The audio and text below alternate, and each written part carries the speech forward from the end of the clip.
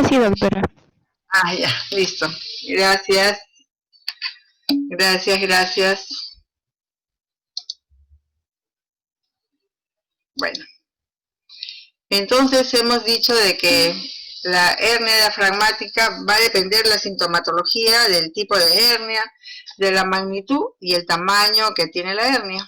Vamos a recordar cuántos tipos de hernia hay, ¿no? Dos, la de Bodalek y la de Morgagni. Las de Bodalek van a ser las más frecuentes, pueden ser de dos tipos, posterolateral izquierda, esta va a ser más frecuente la izquierda, la posterolateral derecha, la bilateral, que es más rara, y todavía más raro, pero sí existe, es la genesia completa del diafragma. De repente esa lesión ha sido en la parte más temprana de la gestación. Y luego la hernia de Morgagni, que es menos frecuente, es más en niñas, y esta es en la parte interior del diafragma, y esta puede no dar síntomas al nacer, ¿no?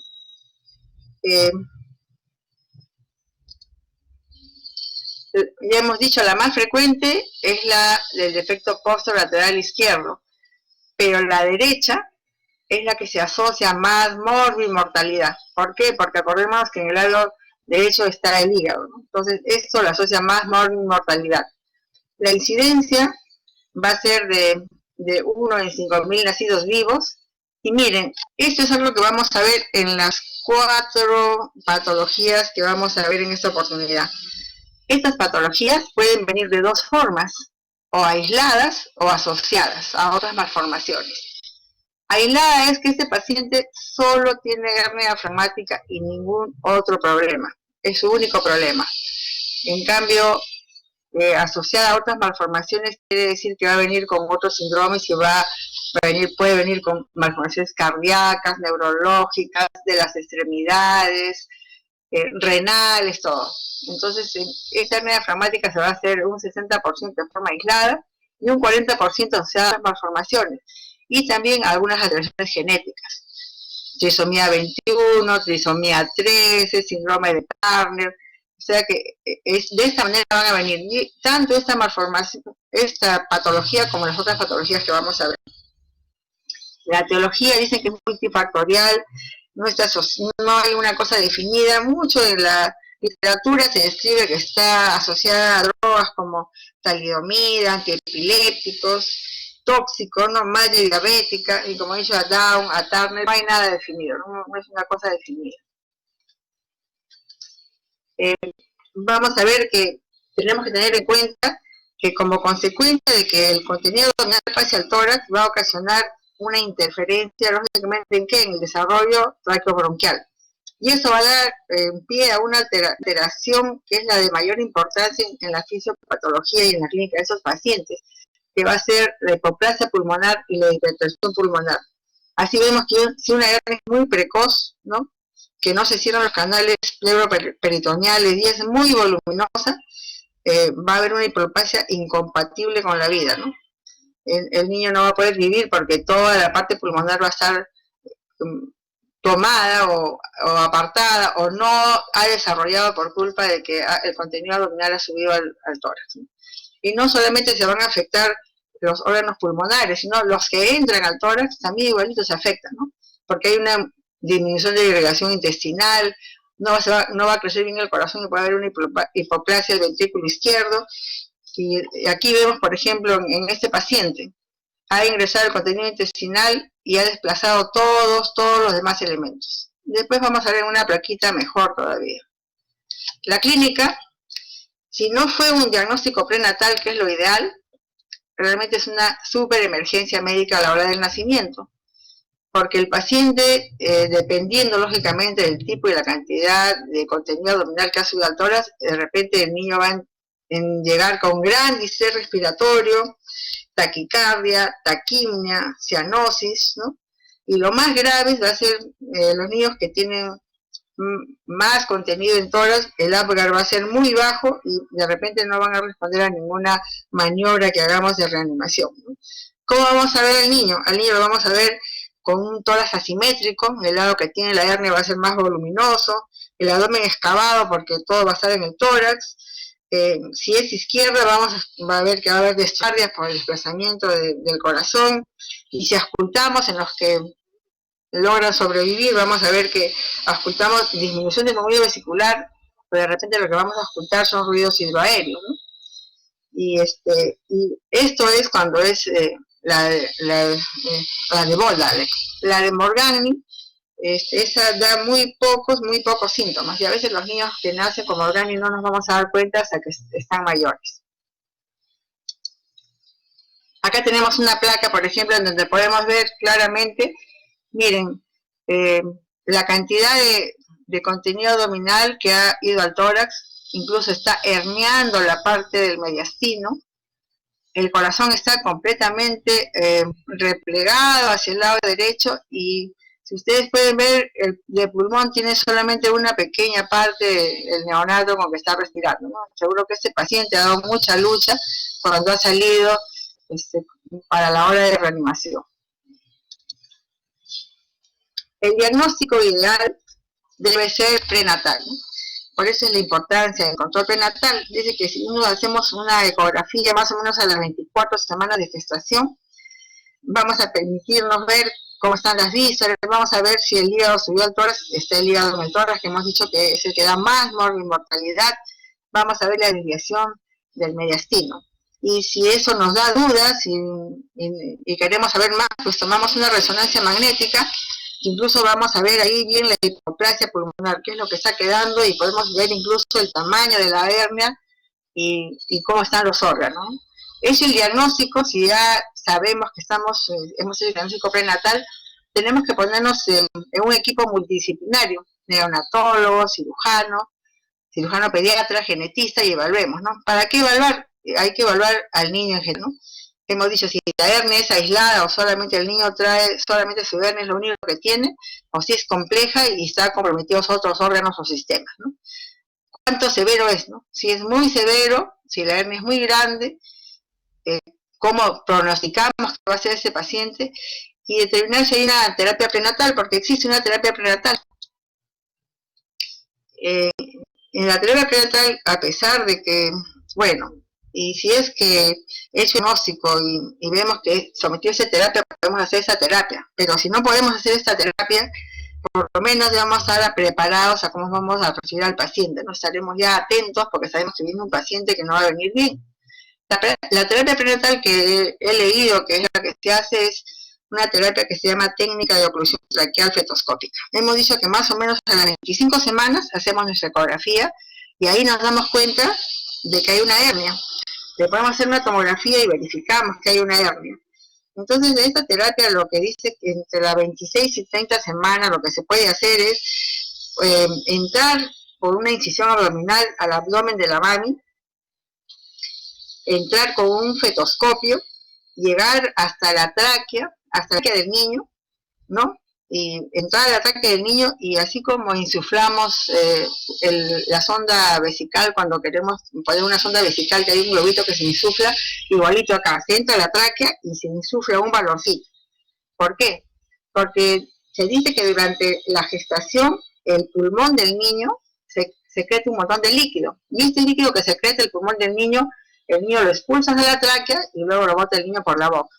Si se pone este baloncito en la tráquea, va a hacer que el líquido que hace el pulmón no salga del pulmón, sino se quede en el pulmón. Entonces el pulmón se va a comenzar a inflar del líquido que él mismo está produciendo, va a poner más duro y va a contrarrestar, o sea, va a ser una presión contra los órganos abdominales que quieren subir hacia el tórax, ¿no? Esto dice que evita que el pulmón hace fuerza y evita que los órganos ingresen, o que la mayor parte de órganos ingresen, ¿no? Y este baloncito se deja de 3 a 6 semanas, y luego de 3 a 6 semanas, que ya me imagino que el paciente ya está por las 34 semanas, que 35 semanas, se retira. Claro que hacer este procedimiento requiere manos expertas, ¿no? Y con los riesgos que hay, pues, de entrar a una cavidad abdominal de una madre gestante, ¿no? De que puede haber un parto prematuro o puede haber una infección, ¿no? Si es que no hacemos este procedimiento, o después de este procedimiento ya recibimos al niño, va a depender de cómo salga, ¿no? El niño sale y lo que tenemos que hacer es inmediatamente atenderlo. Muchas veces vamos a tener que reanimar al paciente, ¿no? reanimamos al paciente y si el paciente logra salir, tenemos que poner una sonda nasogástrica, entubarlo, ir a ECMO, que es la oxigenación por remanente extracorpórea. Seguro que ya les han mencionado que es este procedimiento, ¿no? Es una máquina que va a reemplazar la función del corazón y los pulmones, aportando el oxígeno a torrentes sanguíneos. O sea, por una vena sale la sangre, entra a la máquina, y por la otra vena entra la sangre oxigenada, aliviando al pulmón y al corazón que no están pudiendo hacer su labor en este momento. Pero lógicamente que eso no es la solución va a ser la cirugía, ¿no? La cirugía correctiva. O sea, devolver las vísceras al abdomen y cerrar el orificio diafragmático que está ocasionando el problema, ¿no? Esta cirugía se tiene que realizar cuando el niño ya esté estable, ¿no? Este niñito va a tener que estar estable, recién nacido, lo estabilizamos al paciente y va a entrar a la cirugía. Y estos pacientes, el problema que tienen es que luego que se haga la cirugía van a permanecer largo tiempo en UCI. ¿Por qué? Porque lógicamente los órganos, como han estado en un lugar no adecuado, no han desarrollado bien ni correctamente. Entonces este paciente va a requerir, aparte del estrés de la cirugía, el que seguro que van a hacer antes de la fecha, es esperar que los órganos se organicen y se vuelvan normales, ¿no? O lo más normales posibles. ¿Qué problemas va a tener en el futuro este paciente? Bueno, problemas de crecimiento y nutrición. Acuérdense que un pulmón va a quedar un poco hipoplásico, el niño no va a ser igual que otros niños y el niño se va a alcanzar a lactar. El lactar produce mucho gasto de esfuerzo y energía a los niños, ¿no? Es un niño que al cansarse va a lactar poco y va a tener problemas de nutrición y crecimiento. Algunos niños van a requerir oxígeno por mucho tiempo, a veces meses, a veces un año, hasta que se reacomodan, ¿no? Porque siempre va a haber problemas con el pulmón donde ha estado la hernia y el otro pulmón que también ha estado afectado, seguro, porque ha estado, como decir, retraído, ¿no? Problemas digestivos, ¿no? Reflejo gastroesofágico, dolor abdominal, y se describe que estos pacientes tienen más facilidades de hacer apendicitis en una estadística que han hecho. Pueden tener estreñimiento, pueden tener obstrucciones intestinales, porque el intestino no ha estado en su lugar, sino lo han traído del tórax hacia el abdomen, no ha crecido de una manera normal. Neurológicos, ¿no? Falta de oxigenación, generalmente esta parte es la que está ligada al nacimiento, y al grado de dificultad que ha tenido este niño a la hora de salir, la falta de oxígeno, y desarrollo del esqueleto, porque hemos dicho que cuando nace el niño, ¿qué es lo que vemos, no? Un tórax, un lado de tórax más elevado y el abdomen excavado. Ese tórax más elevado hace que a la larga, por diferencia de tamaño de los pulmones, porque uno está más pequeño, otro más grande, el niño haga escoliosis después, ¿no? Esos son los problemas que puede traer ese niño. La mortalidad, dicen que es el 40-50%, pero esta mortalidad de 40-50% está ligada a aquellos que tenían un defecto muy grave, aquellos que no van a responder a las maniobras de reanimación, a los niños que son sindrómicos, porque de repente pues nacen con cardiopatías severas, con problemas neurológicos severas, hidrocefalia, microcefalia, problemas renales, ¿no? Y aquellos, incluso hemos dicho que la estancia de estos niños va a ser larga en UCI, y sabemos que la estancia prolongada en UCI pues acarrea que por más que tengamos cuidados, estos niños pueden hacer infecciones intrahospitalarias y pueden no salir bien. Entonces tenemos que esta mortalidad está ligada a los sindrómicos, a los muy hipoplásicos y a la larga estancia en UCI, ¿no? Aquellos que no son sindrómicos, que van bien, aquellos que las hernias no son muy grandes, tienen una supervivencia buena de 70-80%, ¿no?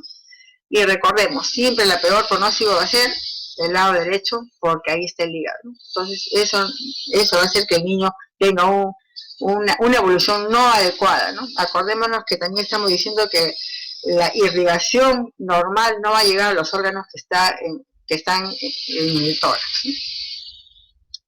Eso es en cuanto a la hernia diafragmática. Veremos ahora la atresia esofágica. La atresia esofágica se define como un defecto que se caracteriza por la falta de continuidad del trayecto del esófago, pudiendo el esófago terminar en un muñón ciego, superior e inferior, o estar ligado a otro defecto, ¿no? Que es la fístula traqueosofágica, ¿no? O sea, esto va ligado no solamente al defecto del esófago en sí, sino que tiene una fístula traqueosofágica. La incidencia es de 1 a 3.000 a 4.500 nacidos vivos. Se puede clasificar esta hernia, esta tesis esofágica de dos maneras, ¿no? Un criterio anatómico, que es el que vamos a ver ahora y que les voy a mostrar, que es el que nos va a ayudar mucho básicamente en definir el tratamiento, porque nos va a hacer entender cuál es el problema. Y también la otra manera de clasificarlo es la que ya hemos visto y que les digo que la voy a repetir en cada una de estas patologías, que es que puede ser una malformación aislada o asociada a otras malformaciones o otras alteraciones genéticas. Está igual, ¿no? Es más frecuente de repente también el síndrome de Down, en trisomía 3, en trisomía 18, y puede venir con trastornos renales, trastornos cardíacos, etc. Miren, he elegido esta figura porque me parece que es muy didáctica para poder entender qué tipo de hernias hay, e incluso para poder un poco hablar la patología, o sea, la sintomatología que va a tener el paciente. O sea, podemos tener, acá podemos ver que puede ser, en el A vemos que tiene arriba el asa ciega proximal, ¿no? Y en la D vemos que hay asa ciega distal. Asa ciega proximal hay en la A y en la B. Hay asas ciegas proximales y asas ciegas distales en la B y en la C. Y luego hay uno que tiene fístula distal, otro que tiene fístula proximal, otro que tiene fístula distal y proximal, y la otra que estamos viendo en la C, que realmente, como ustedes ven, no es una atresia de esófago, porque tenemos el esófago completo. Ahí solamente hay una fístula, pero se le maneja dentro de toda esta clasificación por la ventaja que va a haber a la hora de la cirugía, ¿no? Entonces, acá vamos a ver, imagínense ustedes que uno de los niños que tiene asa ciega esofágica proximal toma leche, como vemos en el A y el B. Si el paciente que tiene esa asa ciega le damos de lactar, en la primera lactada, ¿qué va a hacer el niño? Lo va a vomitar porque no hay dónde pase la leche que está tomando. O sea que la sintomatología de esos pacientes que tienen asa ciega proximal va a ser vómito inmediato. No se van a asfixiar. Bueno, toserán un poco porque vomitan, pero va a ser vómito. Y lo que vamos a ver en estos niños que van a tener una cialorrea, una salivación importante, porque no puede pasar nada a lo que tiene en la boquita. En cambio, los que tienen la fístula proximal, como vemos en el D, como vemos en el E y como vemos en el C, cuando tomen líquido, ¿dónde va a ir el líquido? Va a ir a la tráquea. Entonces estos niños cuando toman, especialmente los del D y el E que ven ustedes, va a tener mucha dificultad respiratoria. Estos son los que van a hacer neumonía cuando toman líquido. ¿Por qué? Porque la leche que están tomando de la primera lactada va a ir a la parte respiratoria. Ahora volvamos al paciente, miren, al B y al D. Acá cuando ustedes miran B y D que tienen el muñón distal, vemos que el esófago no tiene ninguna comunicación con el exterior. Uno porque son dos muñones y el otro porque la parte superior va a la tráquea. Entonces, si tomamos una placa de abdomen de esos pacientes, vamos a ver que ese globo que tenemos en el estómago, en un globito de aire, no va a tener el paciente, porque no va a tener ninguna manera de que el aire llegue al estómago. Entonces, si yo tengo un paciente que me hace una neumonía apenas nace, hace una neumonía y le tomo una placa y no veo que hay aire en el estómago, seguro que voy a pensar que es el paciente que tiene una fístula proximal y una atresia distal. Al contrario, pasa con los pacientes que tienen las fístulas en el A y el E, que tienen las fístulas distales, que estas fístulas están ligadas a la parte respiratoria. Cada vez que el niño llora, el abdomen se va a inflar porque el aire va al pulmón y también va a ir al estómago. Entonces aquí, si nosotros tenemos en cuenta los signos que tiene el paciente, los síntomas que tiene el paciente, podemos un poco imaginarnos qué clase de hernia tiene. La menos molestia es la que es en H, ¿no? Esa es la que da menos molestia. De estas tipos de malformaciones que hay, esta que tiene el muñón superior y la fístula distal, la A, es la más frecuente, es el 80% de casos. El 80% de casos de los niños tienen esta patología, el muñón distal, el muñón proximal y la fístula distal. Luego el que tiene dos asas ciegas, arriba y abajo, este es más o menos el 4 y 8% de los casos. Y los demás ya es en menor proporción.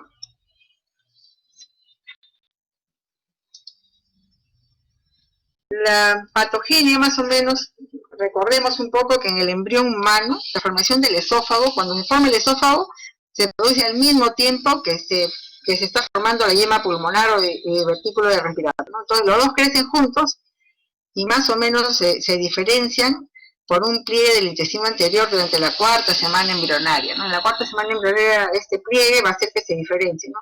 Entonces alguna alteración en este proceso de diferenciación va a provocar que la separación sea incompleta entre el esófago y la tráquea y se va a producir lógicamente la fístula. Pero si ese trastorno es mayor o muy temprano, va a hacer que sea esta falta de continuidad completa, en donde vamos a ver que hay dos asas ciegas.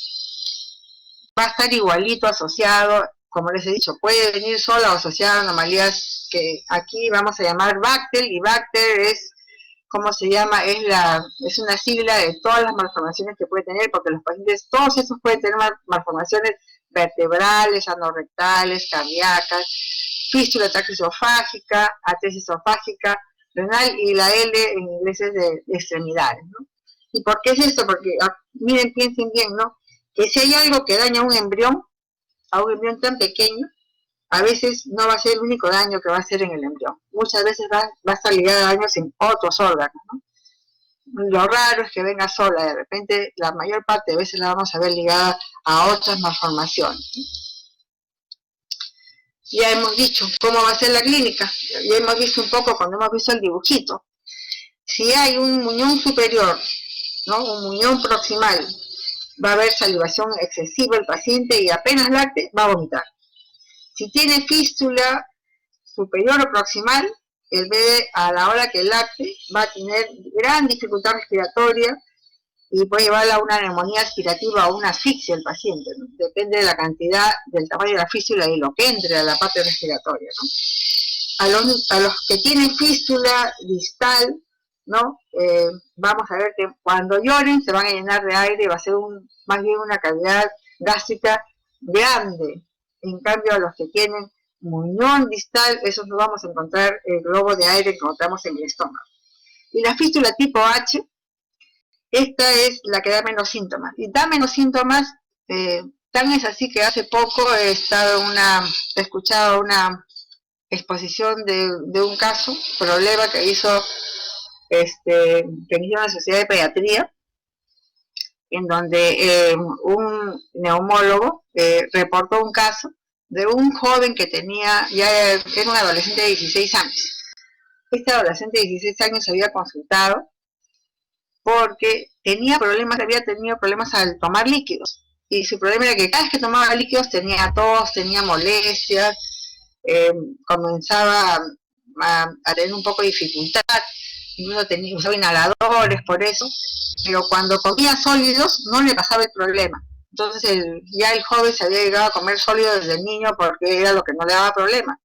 Y a la hora que le consultaron a él, lógicamente entró para hacerle una fibrobroncoscopía y lo que encontró que tenía, miren, a la edad, tenía 16 años, era estas fístulas en H. Una fístula muy pequeña, que solamente por eso le daba dificultad cuando era el líquido el que pasaba, ¿no? El líquido el que pasaba le daba molestias. ¿Cuál es el diagnóstico? El diagnóstico vamos a empezarlo aquí desde la época de que la mamá está embarazada.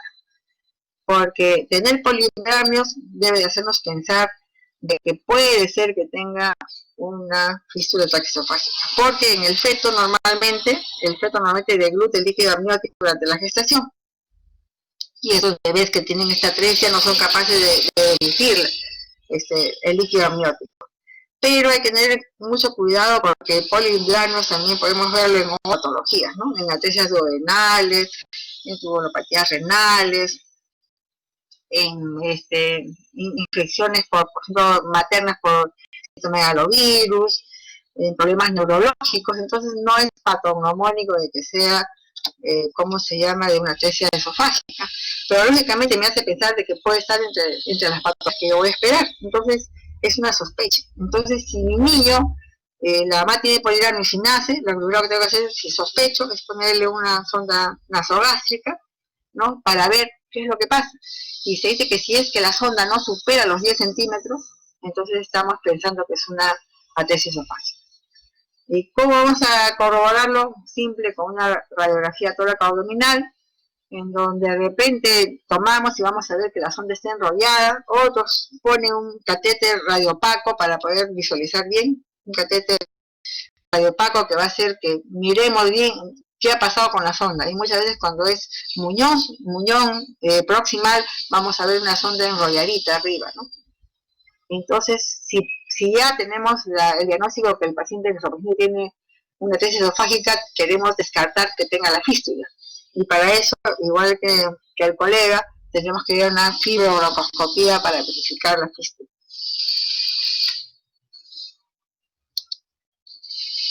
El tratamiento, lógicamente que va a ser quirúrgico, pero antes de que sea quirúrgico tenemos que manejarlo desde un punto de vista médico. Lógicamente va a ser NPO, el paciente no va a poder comer en ninguna de las formas que tenga, salvo que sea la H, que no nos damos mucha cuenta, ¿no? Y vamos a tener que hacer aspiración continua de secreciones, porque es un paciente que, especialmente de los que van a salivar mucho.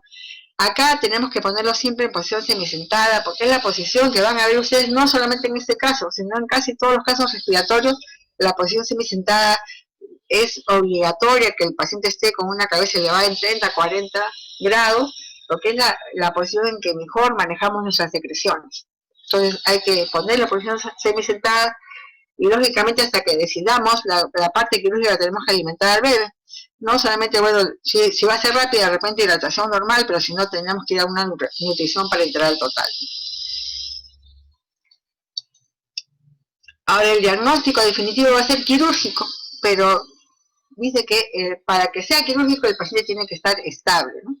Salvo que sea una emergencia muy grande, que ha pasado demasiado contenido al tórax y que tengan que arriesgarse a operarlo, sino hay que esperar que el niño se estabilice. Estamos pensando en un recién nacido. Entonces, a veces se difiere un poco cuando hay prematurez extrema, o si el paciente pues ha hecho una neumonía, ¿no? Es difícil hacer una cirugía en un paciente que va a tener un pulmón mal y el otro, un pulmón bien y el otro está con su neumonía. El 90% de los casos, la anastomosis va a ser primaria, ¿no? Término terminal del esófago y ligando a la fístula. Pero ¿qué pasa si cuando tenemos el esófago la brecha es muy larga entre los dos cabos? Que no empatan uno con, entonces acá hay que discutirlo, y por eso es que a veces también hay que pagar la cirugía cuando uno se hace esos casos, porque ahí van a tener que hacer otra clase de operaciones como son transposición gástrica o interposición de colon, como se hace en algunos adultos, ¿no? Dice que se lleva el colon transverso, o en algunos casos hacen tracción con hilos, comienzan a traccionar las dos partes del esófago y pensando que estos crezcan, se alarguen y al final puedan hacer la anastomosis. Viendo los tratamientos, leí que hay un médico argentino que se llama Mario Zaneski, algo así, que tiene un método de imanes. Realmente lo ha empleado poco, pero tiene un par de casos que él los reporta como exitosos, ¿no? Y eso lo publicó en el 2015. Él lo que hace es que cuando la distancia entre los dos cabos es menos de 3 centímetros entre cabo y cabo, lo que hace es por la boca, inserta un imán y lo coloca, lo fija en la parte superior, en el cabo superior, y con gastrostomía entra y pone otro imán en el cabo inferior. Y él ha visto que con la fuerza de los imanes, esto comienza a traerse, hasta que al final los casos que ha hecho, los cabos se han unido en una fístula natural. Y después ya él ha entrado de una manera para arreglar eso y la experiencia que tiene, ¿no?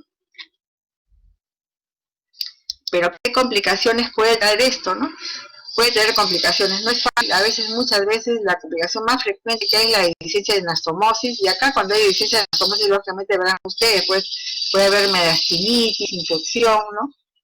Cuando hay este problema, puede haber estenosis de las suturas en un 30%, ¿no? Y de repente este chiquito va a tener que ir a dilataciones esofágicas cuando se estenosa la zona donde uno ha cosido. Y al final algunos pueden, dice hasta un buen porcentaje, quedar como ondas peristálticas anormales. O sea que el, su esófago no avanza como los esófagos normales, y a veces avanza y retrocede, y son niños que vomitan con facilidad o se aspiran con facilidad.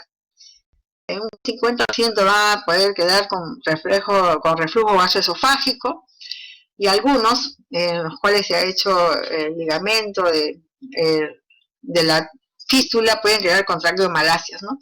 Son niños que van a tener esas toses perrunas, así como los que tienen la laringotraqueitis, ¿no?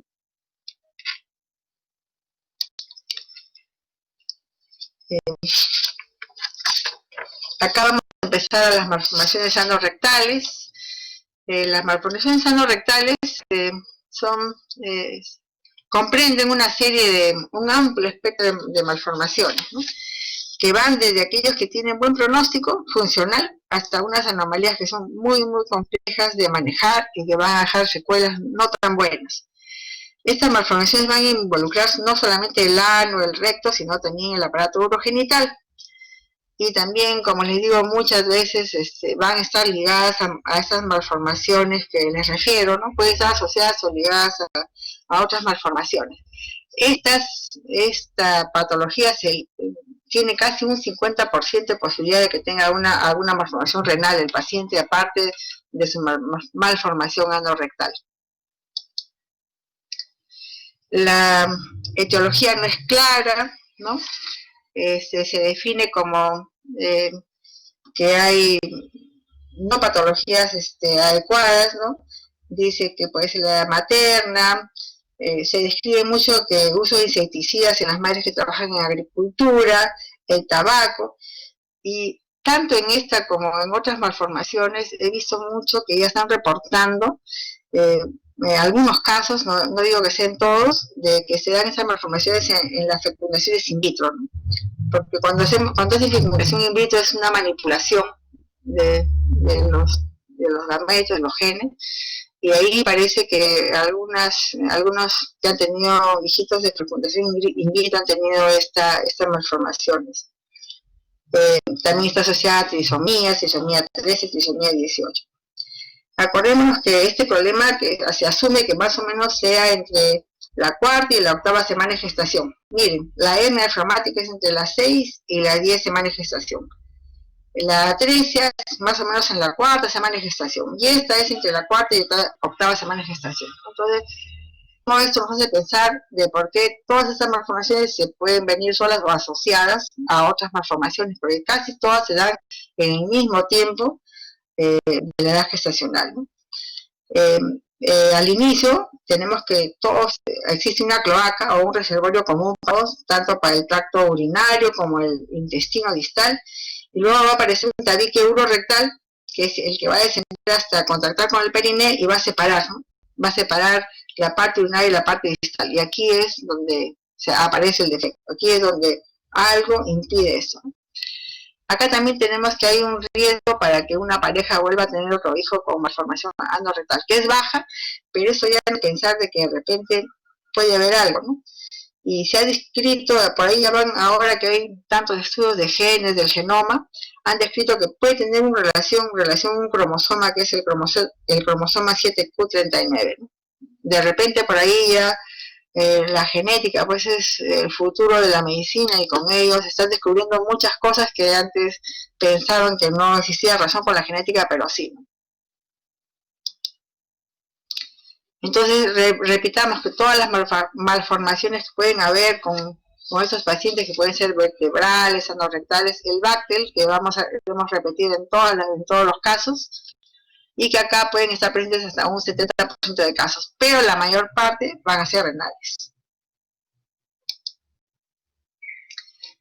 Para clasificarlo hay varias clasificaciones. Hay una clasificación que dicen que son altas, medianas y bajas, teniendo en cuenta el muñón del músculo puborectal con relación al muñón del recto, ¿no? El muñón del recto y la relación que tiene el músculo puborectal. Según eso se clasifican altas, medianas y bajas. Pero realmente, leyendo toda la literatura, vemos que antes del doctor Peña, un famoso doctor Alberto Peña, había muchas clasificaciones y había muchos problemas con la cirugía de estos pacientes. Hasta que este doctor, que es un doctor mexicano, hizo un posgrado en Estados Unidos y se interesó mucho en estas malformaciones anorrectales y comenzó a estudiarlas. Y al final, él regresó a México y se dio cuenta que haciendo una técnica especial que hace él, un abordaje especial, podía visualizar mejor toda la parte distorsionada, especialmente en aquellos que tienen mucha malformación, y hacer una cirugía especial y mejorar los casos. Él hizo esta clasificación que hasta ahora se usa, que es la más práctica porque dice que tiene todas las formas, ¿no? Todas las formas para identificar la anatomía de los defectos, y tiene todas las variantes que orientan una estrategia para el tratamiento. Y con la manera que él comenzó a operar, hizo que se pudiera mejorar la funcionabilidad y las operaciones de todos esos niños. Lógicamente que este abordaje se llama el abordaje sagital superior de Peña. Él no le hicieron caso en México. Lo acusaron de que quería practicar con niños mexicanos porque había un doctor norteamericano que hacía muchos años tenía una técnica que iba más o menos, pero no bien. Él se tuvo que ir a Estados Unidos al final y ahí fue donde recién pudo realizar esta técnica que hasta ahora en la literatura ustedes van a ver que este abordaje es el que se usa hasta ahora en todos los niños, ¿no? En los él la hizo así una malformación que era en niños, en niñas y las otras. Esos son todos los tipos que puede haber. Hay otras clasificaciones que dicen que es de fístulas, ¿no? Que dice que hay 5 tipos de fístulas. Pero entre todas las clasificaciones creo que esta es la más completa. En los niños, no es lo que está ahí resaltado, la más común es la rectoperineal y en las niñas sí es lo que está resaltado. La más común es la rectovestibular. Acá también es importante el examen, el cuadro clínico de la exploración física. Tenemos que a este paciente lo que tenemos que tener muy en cuenta cuando el niño nace es explorar bien en el examen clínico, no solamente el ano, sino dónde se localiza, si hay o no ano, y ver el periné, porque un periné plano, o sea que no tiene un surco interglúteo o está poco pronunciado, nos va a decir que algo va mal con el niño. Incluso esto está ligado al mal pronóstico del niño, ¿no? Ver si el ano es pequeño, en dónde está localizado. Si hay atresia es porque no vamos a poder introducir una sonda rectal. En otras veces vamos a encontrar un orificio único en el periné que va a ser una cloaca.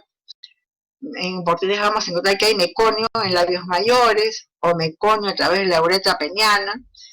Algunos niños van a tener distensión abdominal al nacer, otros van a demorar, pero sí al final van a ser distensión abdominal.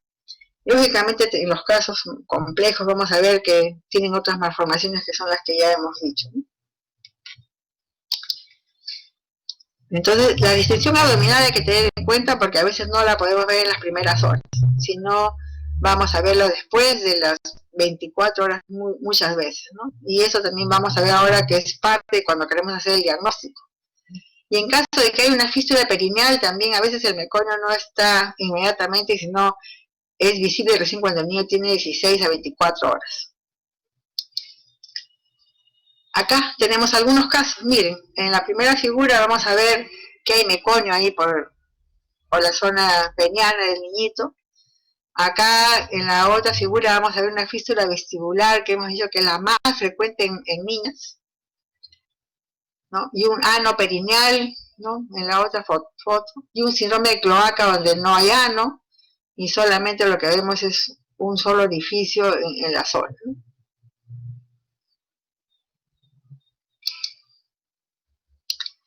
Entonces el examen perineal es muy importante y básico y va a determinar el manejo. Ya les digo que cuando uno encuentra una zona que es una zona perineal plana, sin pliegues intergustos, está eso ligado a mal pronóstico, ¿no? Valoramos el periné, los glúteos, y acá miren ustedes, acá este niño que tiene una fístula perineal, ¿qué cosa es lo que tiene arriba? Se ve una especie de asa en cubo, ¿no? Esta especie de asa en cubo, que se llama el bolsón rectal, que está cerca de la piel, eso nos pensamos que es un buen pronóstico, porque pensamos que esto es un buen pronóstico porque vamos a pensar que el recto está cerca de esa zona. Entonces, encontrar este bolsón o esta asa en cubo va a ser un buen pronóstico para el paciente.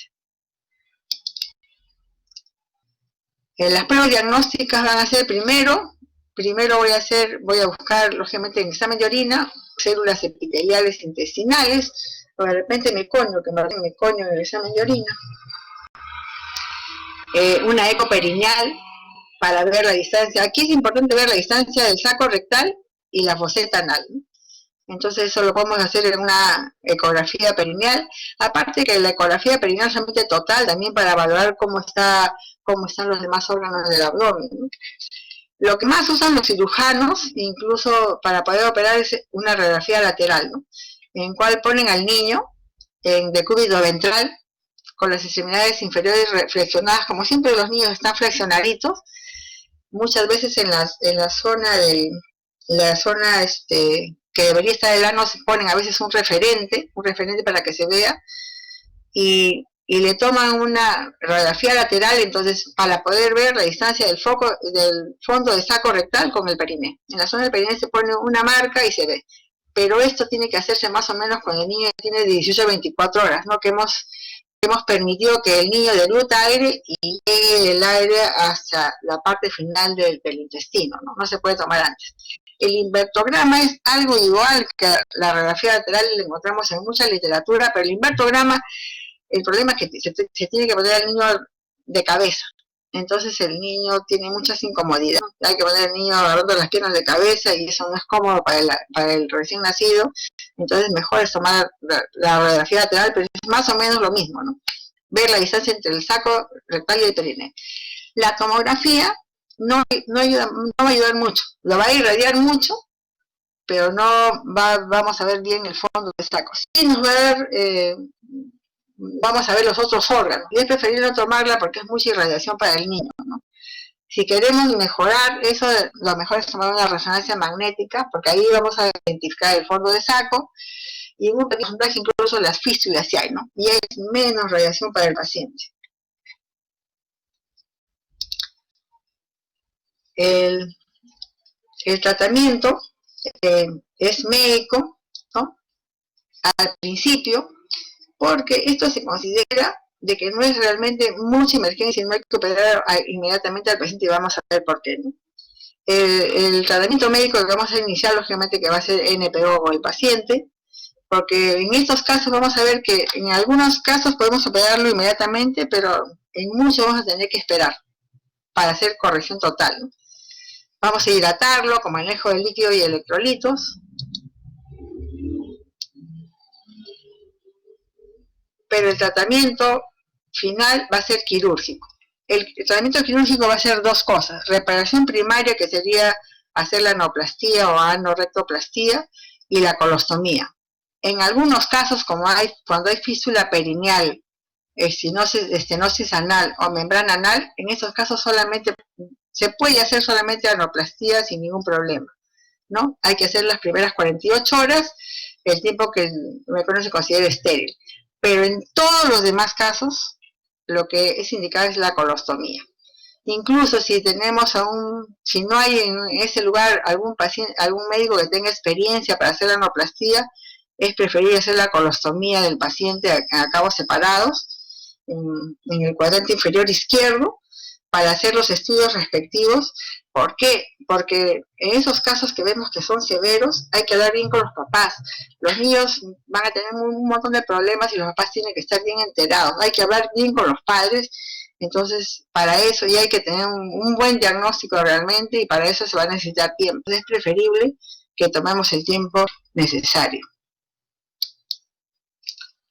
El cirujano pediatra va a esperar, lógicamente, hemos dicho, hasta 24 horas, porque para tomar la plaquita, tomar la decisión quirúrgica, vamos a esperar, y ahí va a decidir, ¿no?, si hace solamente la anoplastía cuando es indicado, o si no, va a hacer la colostomía.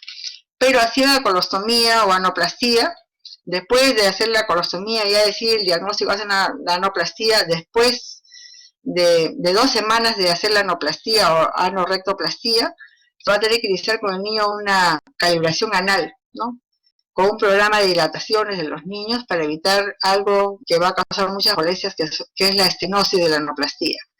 Entonces, claro, dice que casi por 15 días que al niño se le pone diferentes, ¿cómo se llama?, dilatadores de calibres diferentes que se van aumentando de tamaño hasta alcanzar la dilatación deseada, ¿no? Y cuando ya uno llega a la dilatación deseada, recién puede cerrar la colostomía. Acá vamos a tener problema con estos niños que son niños recién nacidos, a muchos se hace la colostomía desde días de nacido, y lo que hay que tener es una limpieza diaria de la colostomía, lavar alrededor con movimientos circulares agua y jabón, no hay que frotar ni secar, y colocar bolsa de colostomía, que yo he visto que realmente se describe, pero no es práctico para los niños, lesiona mucho la piel. En el hospital veo que lo que hacen las mamás, las enfermeras, ponen un montón de gasas y una tela que cubre esa zona, y además están atentas de cambiar los pañalitos o las gasas cuando el niño hace deposición, porque la bolsa, ya hemos dicho que la piel del niño recién a las 2 semanas es una piel madura, o sea, mejor, entonces hacen muchas lesiones de piel a esos niñitos. Es preferible, en lugar de bolsa de colostomía, poner gasas y estar cambiando constantemente las gasitas. Y va mejor. A largo plazo, lo que tenemos que tener en cuenta es el control intestinal, la continencia urinaria, cómo va a caer el niño, especialmente sobre cloaca, y la función sexual, que es lo que se puede alterar, ¿no? Y además evaluar diferentes problemas que pueden haber en los niños. Hemos dicho que vienen con muchos problemas renales estos pacientes.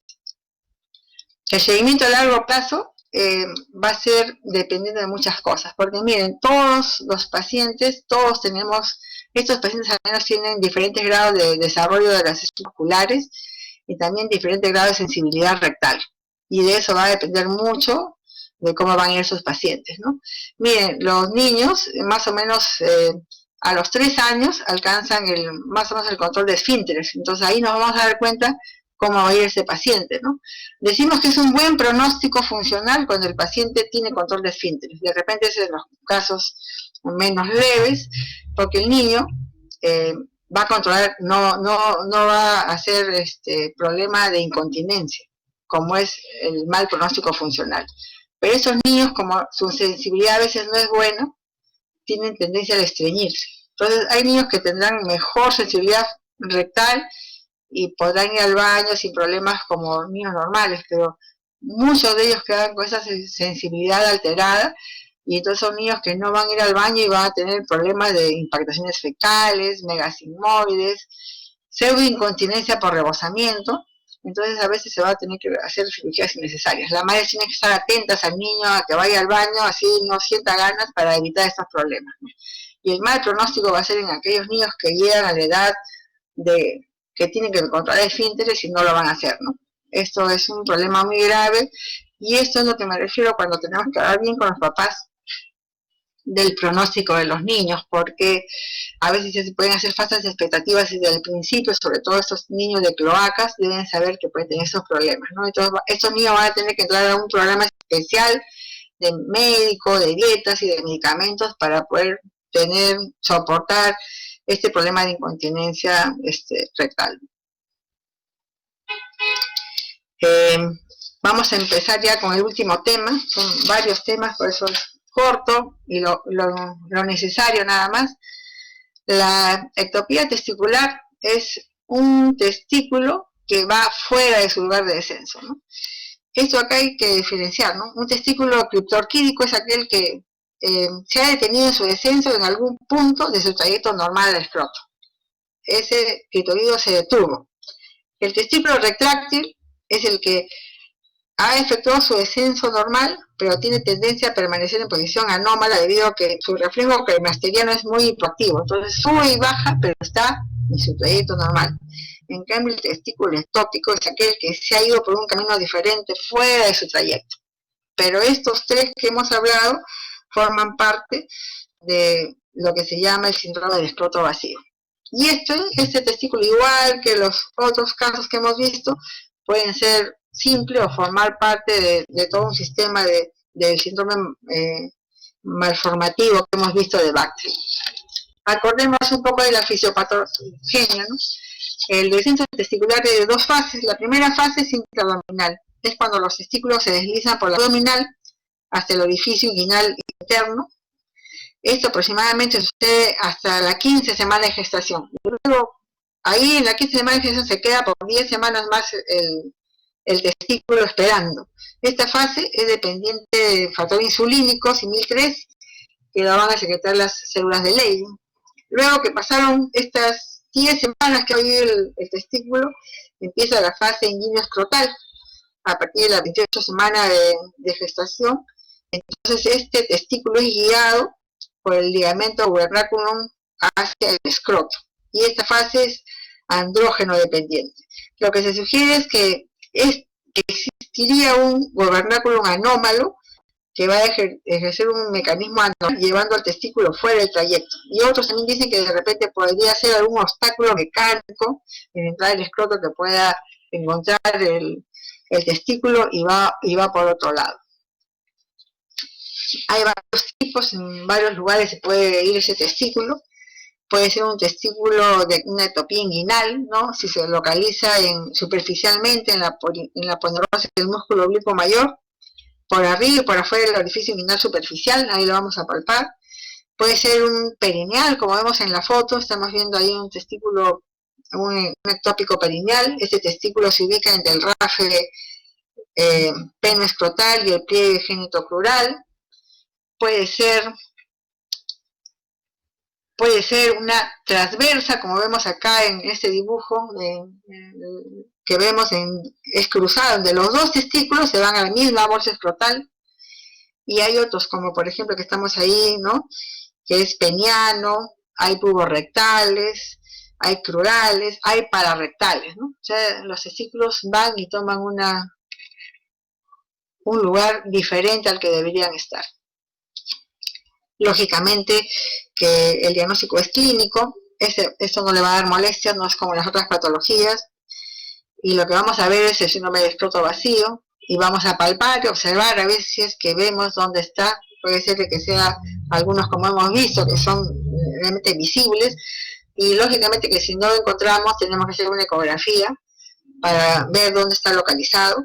Y se dice que todos aquellos en los cuales están asociados a esas lesiones bacterianas malformativas o genéticas, está indicada que se le haga un estudio endocrino y un estudio de calotipo en estos pacientes. Entonces tenemos que considerar varias cosas, ¿no? Que estos testículos van a ser más propensos a sufrir traumas, están fuera de lugar, ¿no? Pueden tener más torsiones testiculares, orcoepididimitis, y lo que se describe también cuando hay criptorquidia, que estos testículos son propensos a infertilidad y sobre todo a malinizarse. El testículo fuera de su escroto va a elevar su temperatura permanentemente en 2 a 3 grados centígrados, va a significar que se van a alterar los túbulos seminíferos del niño, y esto vemos que hay niños que a los 2 años ya tenían esta alteración de los túbulos seminíferos, y cuando han visto estos testículos en niños de 4 años y han visto que aquí había una franca disminución de las espermatogonias y luego fibrosis tubular y a la iniciación, y esto ya pues es irreversible. Entonces hay que evitar que esto vaya irreversible. El tratamiento es orquidopexia, ¿no? Es volver al testículo a su lugar normal. Acá hay una controversia, dicen, entre hacerlo entre 1 año y 2 años, pero yo creo que según lo que hemos visto de todas las alteraciones que ya se encuentran a los 2 años de los túbulos seminíferos en el niño, creo que hay que hacerlo cuanto antes, ¿no? Que se va a tratar de liberar el testículo donde está. Esta puede ser, dice, abierta o laparoscópica. Se debe liberar el testículo, y dar el máximo de luz a todos los vasos y conductos que lo acompañan y fijar el testículo en el escroto. Ahora, si es que cuando entran los cirujanos y ven un testículo que está de mala calidad, dice que es mejor sacar el testículo y retirarlo. El pronóstico a largo plazo del testículo escrótico es dos cosas, ¿no? Ver la fertilidad y la organización de la gónada ectópica. Entonces, nosotros, ¿por qué bajamos el testículo? Porque es indispensable que vigilemos ese testículo. La manera de vigilarlo es tenerlo a la vista. ¿Cómo lo tenemos a la vista? En la bolsa escrotal, ¿no? Tenemos que estar pendientes del testículo, ese testículo que hemos bajado, si endurece, si aumenta el volumen, por el hecho de la malignidad, de la malignización. Y segundo, también dicen porque es necesario restaurar el esquema corporal del niño, ¿no? Incluso ahora se describe que hay prótesis para poder realizar por la parte psicológica y bienestar de la persona, restaurar su esquema corporal. Bueno, chicos, eso es todo. Hemos llegado al tiempo. No sé si habrá alguna pregunta que quieran hacer. Sí, Joseph. ¿Te escucho? No te escucho.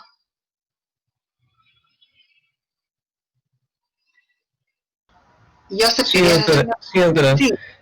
Había leído que en una obstrucción intestinal se podía presentar un aumento de residuo gástrico. Quería saber si cuál es el valor normal o a partir de qué valor más o menos se puede considerar un aumento de residuo gástrico.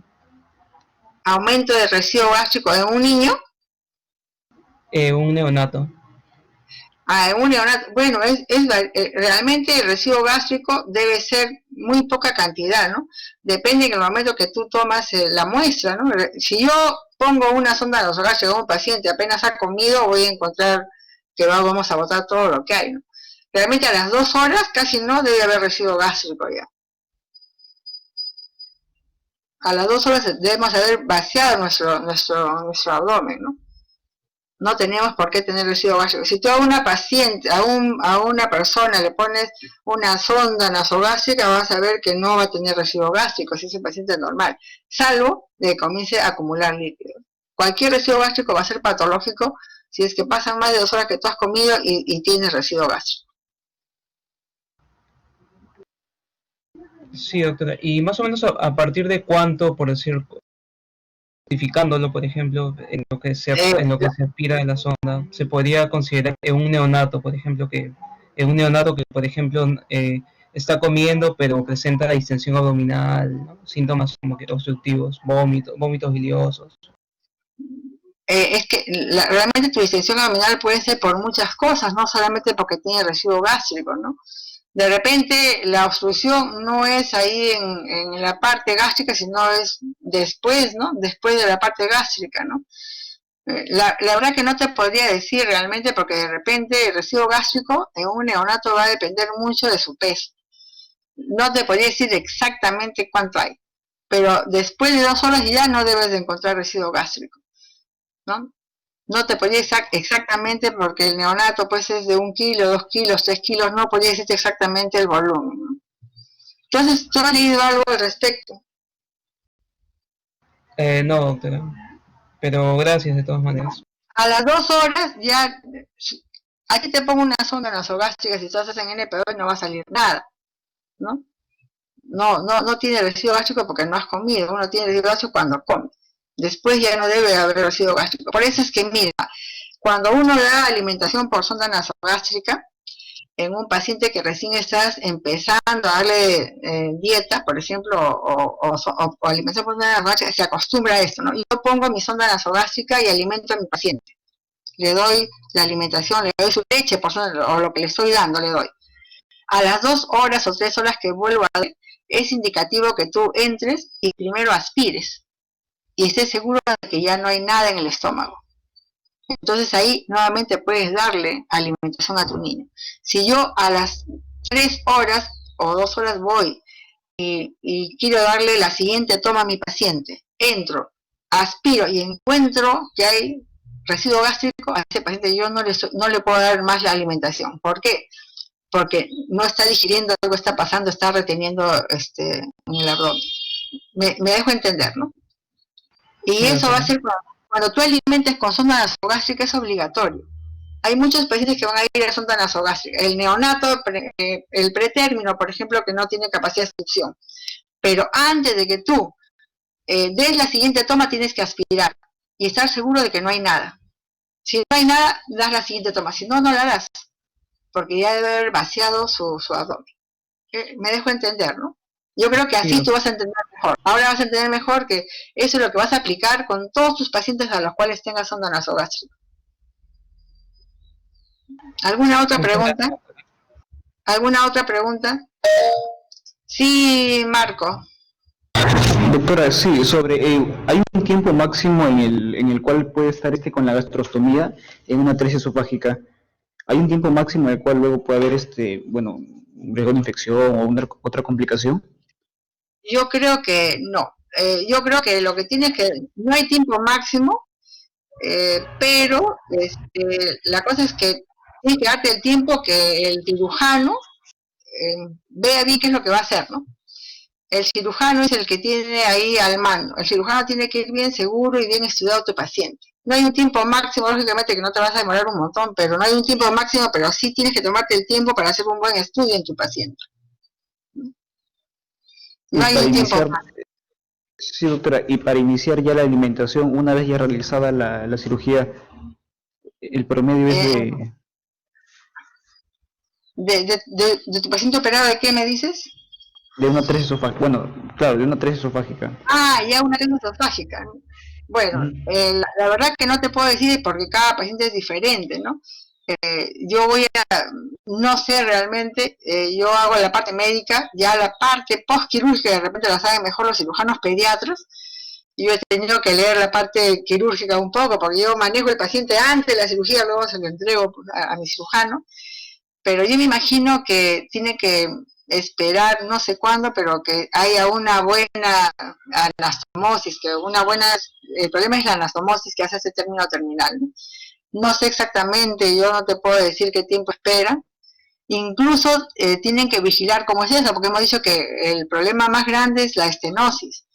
Entonces yo me imagino que entrarán con endoscopía, lógicamente después de la cirugía, cómo está la cirugía que han hecho y ver si es estenosado y entrar lógicamente a veces a dilatar al paciente. Yo he visto que muchas veces los niños tienen que dilatarlo y son niños que se alimentan con líquidos a veces porque quedan con problemas de que el problema va a ser en pasar sólidos, ¿no?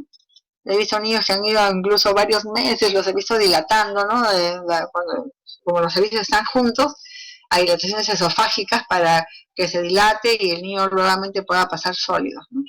Y con otras cosas que pueden tener esos niños que tienen un mal peristaltismo, ¿no? Que también pueden quedar con reflujo, ¿no? Que son cosas que hay que corregir. Exactamente no te puedo decir qué tiempo es, ¿no? Sí, Marco.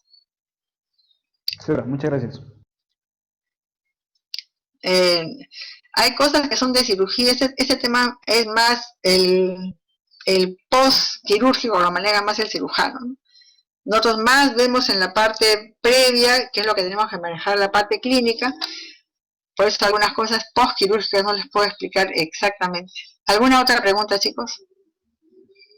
Repasen bien, por favor, lo de la atresia esofágica y las malformaciones para que den un buen examen el día lunes. Bueno, si no hay otra pregunta, gracias, buenas tardes y estudien bastante para una buena nota el día lunes. Hasta luego.